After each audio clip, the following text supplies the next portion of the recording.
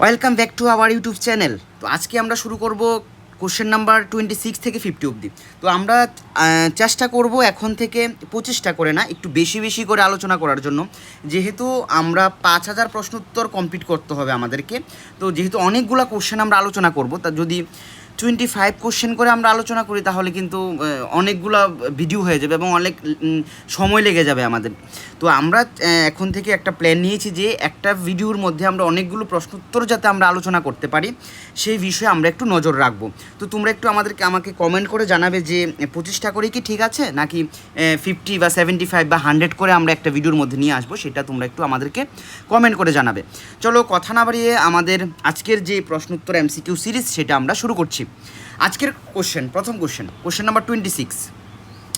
গভীর ও অগভীর নলকূপ দিয়ে প্রতিদিন ভূগর্ভস্থ জল উত্তোলন করা হয়। কতটুকু পরিমাণ ভূগর্ভস্থ জল উত্তোলন করা হয়? কোটি কোটি ঘনমিটার, নাকি হাজার হাজার ঘনমিটার, না লক্ষ লক্ষ ঘনমিটার, না শত শত ঘনমিটার? তো এখানে সঠিক উত্তর হচ্ছে অপশান সি, লক্ষ লক্ষ ঘনমিটার। মানুষের নিত্য প্রয়োজনে ভূগর্ভস্থ জল উত্তোলন করা হয় শতকরা কত ভাগ? 96, 69, 56 নাকি 75 ভাগ? তো এখানে সঠিক উত্তর হচ্ছে 69, 69 ভাগ। তারপরের কোশ্চেন নাম্বার 28। WHO, যার সম্পূর্ণ নাম হচ্ছে ওয়ার্ল্ড হেলথ অর্গানাইজেশন, এর পরিসংখ্যান অনুযায়ী প্রতিদিন জনপ্রতি পানীয় জল ব্যবহৃত হয়। একটা মানুষ প্রতিদিন কতটুকু পানীয় জল ব্যবহার করে? 5 লিটার, 3 লিটার, 13 লিটার, 15 লিটার? তো এখানে সঠিক উত্তর হচ্ছে 3 লিটার। ঠিক আছে, তারপরের কোশ্চেন নাম্বার 29। এর পরিসংখ্যান অনুযায়ী জনপ্রতি স্নান করার জন্য কতটুকু জল প্রত্যেক দিন মানুষ ব্যবহার করে? 20 লিটার জল, 20 লিটার জল। আর এটা 28 যেটা, সেটা হচ্ছে পানীয় জল, মানে খায়। প্রত্যেক দিন একটা মানুষ জল পান করে 3 লিটার করে, 3 লিটার করে, আর স্নানের জন্য ব্যবহার করে 20 লিটার। তারপরে কোশ্চেন নাম্বার 30। WHO এর পরিসংখ্যান অনুযায়ী প্রতিদিন জনপ্রতি মোট জলের প্রয়োজন কত? মানে প্রত্যেক দিন একটা মানুষের কতটুকু জল আমরা ব্যবহার করে থাকি? সঠিক উত্তর অপশান ডি, 135 লিটার। 135 লিটার আমরা প্রতিদিন মোট জল ব্যবহার করে থাকি। তারপরের কোশ্চেন নাম্বার 31। বৃষ্টির জলকে যথাযথভাবে মজুত করে ব্যবহারযোগ্য করে তোলাকে বলে কি বলা হয়? বৃষ্টির জলকে যে আমরা মজুত করি ব্যবহারযোগ্য করে তোলার জন্য, সেটাকে কি বলা হয়? রেন ওয়াটার হারভেস্টিং, নাকি রেন ওয়াটার ফার্মিং, নাকি রেন ওয়াটার কালেক্টিং, নাকি রেন ওয়াটার স্টোরেজ? তো এখানে সঠিক উত্তর তোমরা বলে দাও। এখানে সঠিক উত্তর হচ্ছে রেন ওয়াটার হারভেস্টিং। এখানে সঠিক উত্তর হচ্ছে রেন ওয়াটার হারভেস্টিং। তারপরে PVC, very very very very important এই কোশ্চেনটা। PVC এর ফুল ফর্ম কি? এটা সবাই আমরা জানি, পলিভিনাইল ক্লোরাইড। অপশান এ, সঠিক উত্তর হচ্ছে অপশান এ, পলিভিনাইল ক্লোরাইড। তারপরে কোশ্চেন নাম্বার 33। ছাদে জমা হওয়া বৃষ্টির জল ট্যাঙ্কে নিয়ে যেতে পাইপ নল ব্যবহৃত হতে পারে। তা হলো কিসের পাইপ নল? আয়রন, না গ্যালভানাইজড আয়রন, নাকি স্টিল, নাকি গ্যালভানাইজড জিঙ্ক? তো সঠিক উত্তর হচ্ছে এখানে গ্যালভানাইজড আয়রন। সঠিক উত্তর হচ্ছে এখানে কি? Galvanized iron.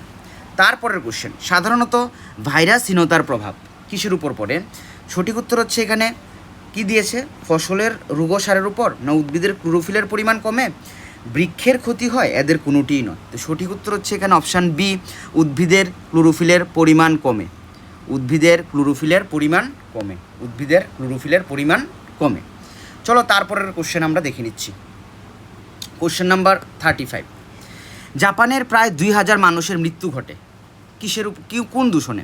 নিকেল দূষণে, সীসা দূষণে, পারদ দূষণে, নাকি লৌহ দূষণে বা লোহা দূষণে? তো এখানে কারেক্ট অপশান হচ্ছে অপশান সি, পারদ দূষণে।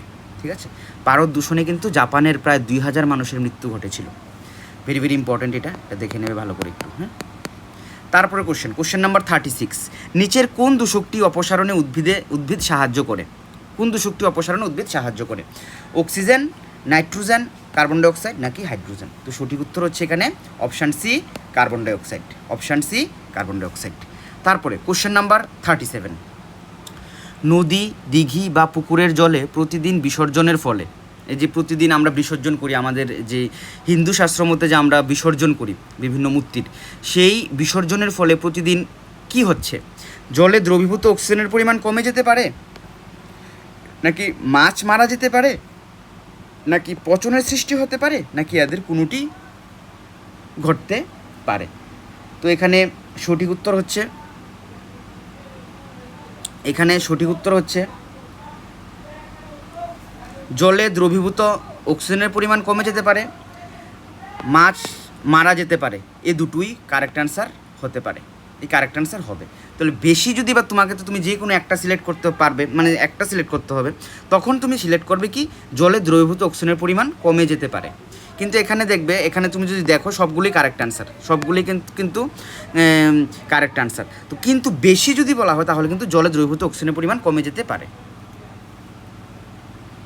তারপরে কোশ্চেন নাম্বার 38, কোনো স্থানে পানীয়ের কারখানা থাকলে তার চারপাশের এলাকা শস্য শ্যামল উর্বর হয়, নাকি খাবার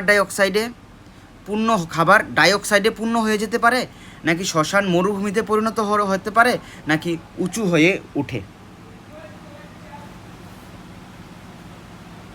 ঠিক আছে, এটা উঁচু হয়ে না, এটা অপশানটা মানে ভুল হয়েছে টাইপিংয়ে, সেটা হবে উত্তপ্ত হয়ে ওঠে। এটা কি হবে?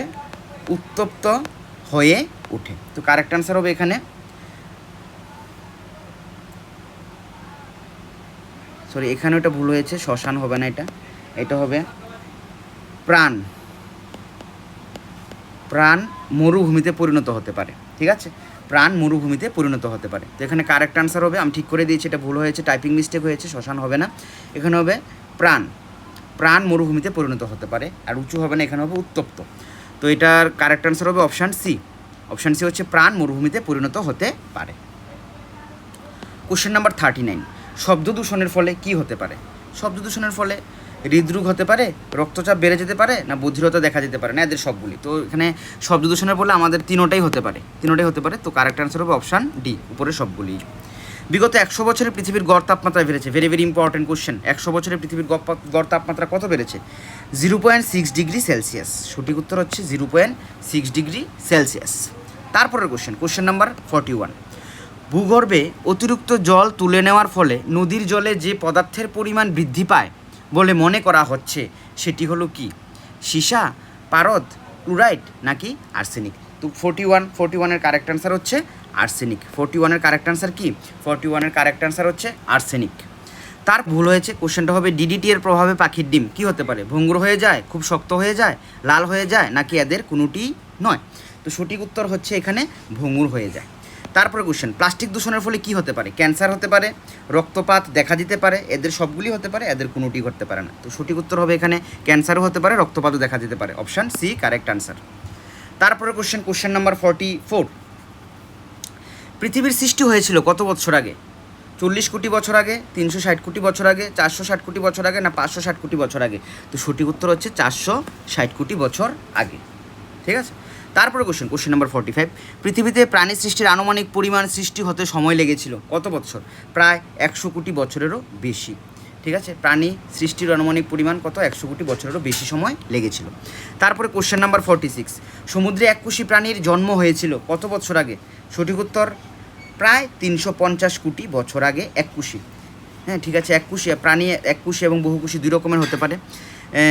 ঠিক আছে, এককোষী এবং বহুকোষী। তো এককোষী প্রাণীর জন্ম হয়েছিল 350 কোটি বছর আগে। তারপরের কোশ্চেন, মানুষের পূর্বপুরুষ কী ছিল? পিথেকাস হচ্ছে পিথিকাস হবে। তারপরটা হচ্ছে অস্ট্রালোপিথেকাস, এটা ভুল হয়েছে, অপশান বিটা হবে অস্ট্রালেভিক, এটা হবে তোমরা যারা পিডিএফটা নেবে তোমরা তো পেয়েই যাবে, এটা অস্ট্রালেভিল। ঠিক আছে, এটার অপশান হবে অস্ট্রালেভিল। এটা হবে অস্ট্রোলুপিথিকাস, এটা অপশান সি হবে। এটা হবে না, এটাও ভুল হয়েছে, এটা হবে লেপিথিকাস, এটা হবে লেপিথিকাস। ঠিক আছে, লেপিথিকাস। তো সঠিক উত্তর হচ্ছে এখানে অস্ট্রোলুপিথিকাস, কারেক্ট অ্যান্সার হবে অস্ট্রোলুপিথিকাস। পূর্বপুরুষ ছিল অস্ট্রোলুপিথিকাস। ঠিক আছে, দেখে নেবে, এটা ঠিক করে নেবে, আমি ঠিক করে দিয়েছি, অস্ট্রালোপিথিকাস হবে কারেক্ট অ্যান্সার। মানুষের পূর্বপুরুষ ছিল অস্ট্রালোপিথিকাস। তারপরের কোশ্চেন, মানুষের পৃথিবীতে অস্ট্রালোপিথিকাসের সৃষ্টি হয় কত বছর আগে? প্রায় 20 লক্ষ বছর আগে। 20 লক্ষ বছর আগে সৃষ্টি হয়েছিল। আধুনিক মানুষ পৃথিবীতে আসে কবে? 1,00,000 বছর আগে। আধুনিক মানুষ পৃথিবীতে আসে 1,00,000 বছর আগে। তারপরে কোশ্চেন, মিশরীয়, বেবিলনীয় ইত্যাদির প্রকৃতি অর্থে দূষণ শুরু হয় কত বছর আগে? 250 বছর আগে। ঠিক আছে, 250 বছর আগে। তো এই হচ্ছে আমাদের 50 কোশ্চেন আমরা কমপ্লিট করেছি। আমাদের 2টো ক্লাস অলরেডি হয়ে গেছে। যে 5,000 প্রশ্ন উত্তরের যে এমসিকিউ যে সিরিজ আমরা নিয়ে এসেছি ইভিএসের উপরে, সেটা কিন্তু আমরা জোর কদমে চালিয়ে যাব এখন। তো আমরা চেষ্টা করব এখন থেকে প্রত্যেক দিন 50 থেকে 75 বা 100 একটা ক্লাসের মধ্যে 100 এমসিকিউ নিয়ে আসার জন্য, যাতে তোমরা খুব তাড়াতাড়ি সিলেবাসটা আমরা শেষ করতে পারি তার জন্য। ঠিক আছে, তো যাদের এই পিডিএফটা লাগবে, আবারও বলছি, তোমরা টেলিগ্রাম এবং হোয়াটসঅ্যাপ গ্রুপে জয়েন হয়ে যাবে এবং আমাদের সাথে থাকবে। যদি ভালো লেগে থাকে তোমাদের সকল বন্ধুবান্ধব এবং যারা এই কম্পিটিটিভ পরীক্ষার প্রস্তুতি নিচ্ছে সকলের কাছে ভিডিওটা শেয়ার করে দেবে। থ্যাংক ইউ সো মাচ সবাইকে।